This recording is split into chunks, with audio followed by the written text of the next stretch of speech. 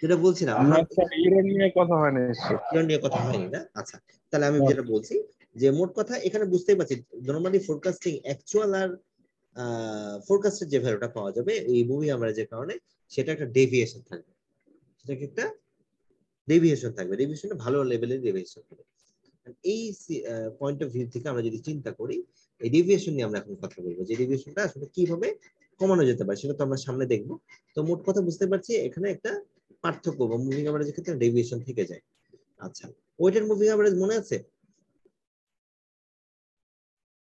কি করছিলাম? আমার র্যান্ডম কিছু প্যারামিটার বা রিসেন্ট কিছু ডাটা নিয়ে আমরা কাজ করছিলাম এবং আমার যেই পিরিয়ডের আমি ফোরকাস্টের ডাটা বের করতে চাই সেই পিরিয়ডের সবচেয়ে কাছের ফোরকাস্টেড যে ভ্যালুটা বা সবচেয়ে কাছের যে অ্যাকচুয়াল ভ্যালুটা সেটাকে আমি ওয়েটেড বেশি দেই, আর দূরের গুলাকে আমরা ওয়েটেজ কি দেই? কম বেশি। এই দেখো বলছে use weights to place more emphasize on some period, মানে কোন একটা স্পেসিফিক পিরিয়ডকে আমরা বেশি ফোকাস করি। এখন যদি বাংলাদেশের ক্ষেত্রে চিন্তা করি বা সারা বিশ্বের কথা চিন্তা করি, সার্জিক্যাল মাস্কের ব্যবহার এর 10 বছরের ফোরকাস্টের ডাটা তোমাকে বের করতে বললো আর তুমি মুভি অ্যাভারেজ করে ফেললা 2019, 18 যা আছে আর তার সাথে 20 আর 21 যোগ করে দিলা, তোমার ডাটার অ্যাকুরেসি লেভেল কেমন হবে? কখনোই ভালো হবে না। কারণ এই 2020 আর 21 সালে এটা কিন্তু এর ডাটাগুলোর মধ্যে কি আছে একটা ট্রেন্ড আছে, খেয়াল করো গ্র্যাজুয়ালি একটা রাস্টিক্যাল ভাবে চেঞ্জ আসছে, তাই না? বড় আকারে একটা ট্রেন্ড আসছে। আগে যেখানে একটা নরমাল প্যাটার্ন ছিল, হ্যাঁ, এখানে একটা ট্রেন্ডের মতো এসছে 2020 সালে করোনা ভাইরাসের কারণে। কারণ সাধারণ মানুষ আমরা এখন সার্জিক্যাল মাস্ক ব্যবহার করছি, যেখানে আগে খুব অল্প মানুষ সার্জিক্যাল মাস্ক ব্যবহার করতো।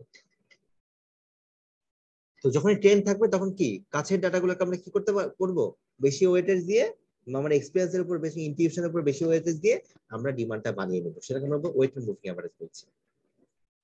তো পুরানো কথাগুলো এখন ওয়েটেড মুভিং অ্যাভারেজের কিছু এক্সাম্পল এখানে আছে, তো এইগুলা দেখবা, এখানেও আছে অঙ্ক, আমরা এটাও দেখতে পাচ্ছি। দেখো মুভিং অ্যাভারেজ থেকে ওয়েটেড মুভিং অ্যাভারেজটা স্লাইডলি অ্যাকচুয়ালের কাছাকাছি, ভালো করে দেখো তো, স্লাইডলি মানে ফিনিশিংটা কি হয়েছে দেখো অ্যাকচুয়াল থেকে একটু কাছাকাছি গেছে না? তার মানে কি ইরোরটা একটু হলেও কমেছে এই যে ওয়েটেজ করার কারণে, সেটা আমরা এখানে বোঝাতে পারছি।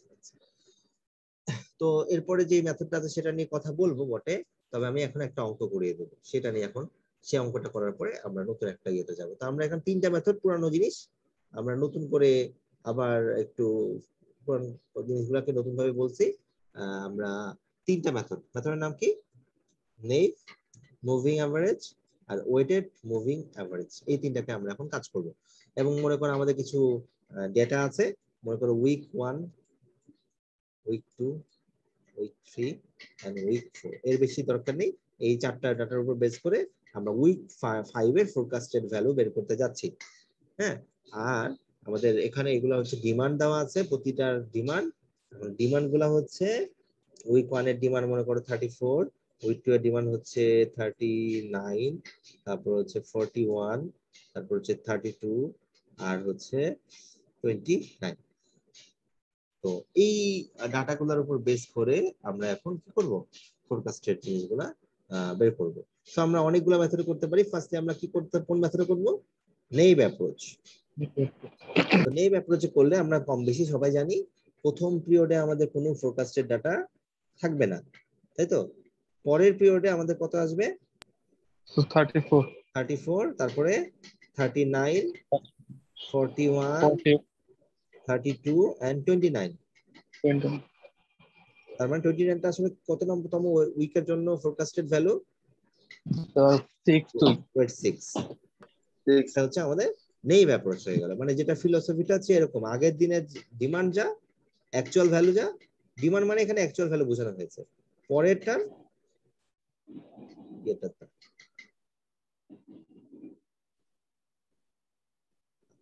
এরপরে আমরা যেটা নিয়ে কথা বলবো সেটার নাম হচ্ছে কি? Moving average. Moving average. আর মুভিং অ্যাভারেজটা বোঝানোর জন্য আমরা যদি বলি মুভিং অ্যাভারেজ, আমি সংক্ষেপে লিখছি যদিও তোমরা ডিটেইলস লিখবা।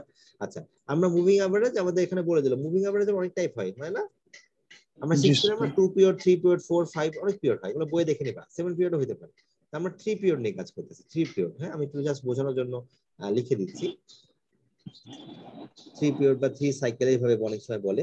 3 পিরিয়ড নিয়ে আমরা কাজ করতেছি। তো সেক্ষেত্রে তাহলে দেখো, সেই হিসাব করলে আমরা প্রথম উইকের কি কোনো ফোরকাস্টের ডাটা পাবো? পাবো না কিন্তু। না সেকেন্ডটাও পাবো? তাও পাবো না। না থার্ডটা পাবো? না স্যার। তাও পাচ্ছি না। ফোর্থটাতে যে পাবো, এই তিনটা আমাদের ব্ল্যাঙ্ক থাকছে। ফোর্থ উইকে যে আমরা পাচ্ছি সেটা কত? আমরা যদি মুভিং অ্যাভারেজ কনসেপ্টে চিন্তা করি, তাহলে 34 প্লাস 39 39 প্লাস আর কি আছে 41 41 divide by 3 3। This is for 3 period moving average. 4 period হলে আবার ওইভাবে করতে হতো। আচ্ছা, এরপরে যদি আমরা চিন্তা করি পরেরটা, সেটা হচ্ছে হবে কত?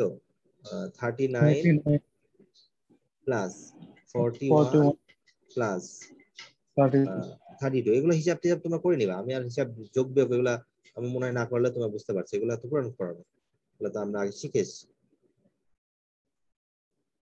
আর লাস্টেটা হচ্ছে আসবে হচ্ছে 41 প্লাস হচ্ছে 32 প্লাস হচ্ছে 29, আর ভাগ করব 3 দিয়ে। সো এটা কি আমাদের 6 উইক পিরিয়ড পর্যন্ত আমরা কি পেয়ে গেলাম? মুভিং অ্যাভারেজ সেটআপে আমাদের ফোরকাস্টিং মেথড পেয়ে গেলাম। এবার আসি আমাদের ওয়েটেড মুভিং অ্যাভারেজ। এটার নাম কি? Weighted moving average. তো ওয়েটেড মুভিং অ্যাভারেজ জন্য রিসেন্ট ডাটার উপরে কিছু দেওয়া আছে, যেমন তোমাকে বলে দিল 1 উইক অ্যাগো তোমার ওয়েট হচ্ছে 3, 2 উইক অ্যাগো তোমার ওয়েট হচ্ছে 1, আর 3 উইক অ্যাগো তোমার ওয়েট হচ্ছে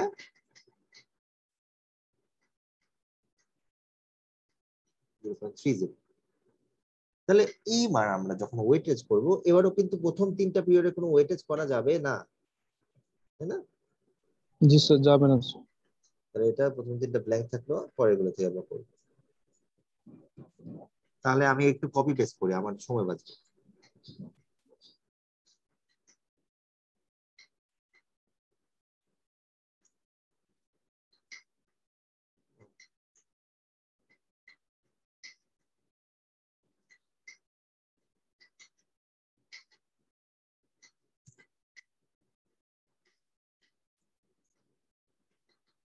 তাহলে এবার এই তিনটা রিসেন্ট যে 3টা পিরিয়ড, 3টা পিরিয়ড হলো, 3টা পিরিয়ডের সাথে আমরা কিভাবে হিসাব করছি? আচ্ছা, এখানে 41 কয় উইক অ্যাগো? আমরা উইক 4 এরটা বের করছি, 1 week। তাহলে 1 উইক অ্যাগো, তাই না? 41, তাহলে জি স্যার। ওয়েট কত হবে? 3। 3 39 হচ্ছে 2 উইক 1 অ্যাগো, স্যার। 1। আর 43 হচ্ছে 3 week ago 0.30। 0.30, 0.30। এটাকে ভাগ করবো কত দিয়ে? Summation of all weights 4.13। 3 plus 4.30। 0.3, তাই না? এটা 4.30। হয়ে গেল আমাদের প্রথমটার ক্ষেত্রে। সিমিলারলি আমরা যদি পরেরটার ক্ষেত্রে চিন্তা করি, দেখো এখানে কি হবে? 41। 39, 41 আর 32। ভুল করলাম নাকি? না, ঠিক আছে। না স্যার, ঠিক আছে। আর এই কপি পেস্ট করলাম এই জন্য, আসলে এখানে অনেক সময় মানে বাঁচলো আর কি।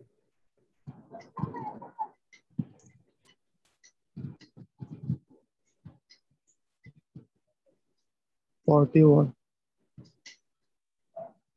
ভুল করলাম আবার, সরি সরি সরি, 41 অবশ্য। 41। এর উল্টো লিখে ফেলছে, অনেক সময় ওয়েট যেটা বেশি সেটা আগে লেখে, তো তোমরা এভাবে লিখতে পারো, কোনো সমস্যা নেই। 41 তারপর 32, 30, 29। 29। এখন এইটা বের করলে যেটা অ্যান্সার আসবে, এটা কি? Weighted moving average. আমার মনে হয় এগুলো পুরোনো পড়া, এগুলো তোমাদের সব মনে আছে। তারপরে একটা দেখিয়ে দিলাম, এই ধরনের যত অঙ্ক, এটা 3 পিরিয়ড হয়, 4 পিরিয়ড, 5 পিরিয়ড, অনেক কিছু হতে পারে। ঠিক আছে, জাস্ট এটা বেসিক ফিলোসফি। এইভাবে আমরা হয়তো আমি একটা স্ক্রিনশট এটা সেভ করে রেখে দিচ্ছি, এটা পিএনজি এখানে সেভ করে রেখে দিচ্ছি, যেটা তোমাদের দিয়ে দিব পরে। তো এই গেল মোটামুটি আমাদের বেসিক ফোরকাস্টিং ফিলোসফি। তো এইটা আসলে যদি আমরা বুঝে ফেলি, আমাদের আসলে বেসিক জিনিসগুলো কিন্তু ম্যাথমেটিক্যাল কোয়ান্টিটেটিভ অ্যানালাইসিস কিন্তু মোটামুটি শেষ। আমরা এর পরে আসলে আরো সামনে কিছু জিনিস দেখবো, সেটা আজকে আর আমি দেখাবো না। এখন এই পর্যন্ত যদি কোনো প্রশ্ন থাকে আমাকে বলতে পারে। মোট কথা আমরা তিনটা মেথড দেখলাম, কেন এগুলো পুরানো পড়া পড়লাম, নতুন কিছুই পড়িনি। এক্সপোনেনশিয়াল স্মুথিং পড়বো, আমাদের কালকে ক্লাস আছে, কালকে এটা করবো এবং আরো কয়েকটা মেথড আমরা এখানে দেখবো।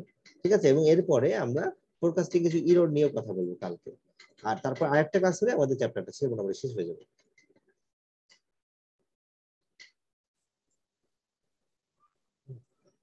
তো এই হচ্ছে মোটামুটি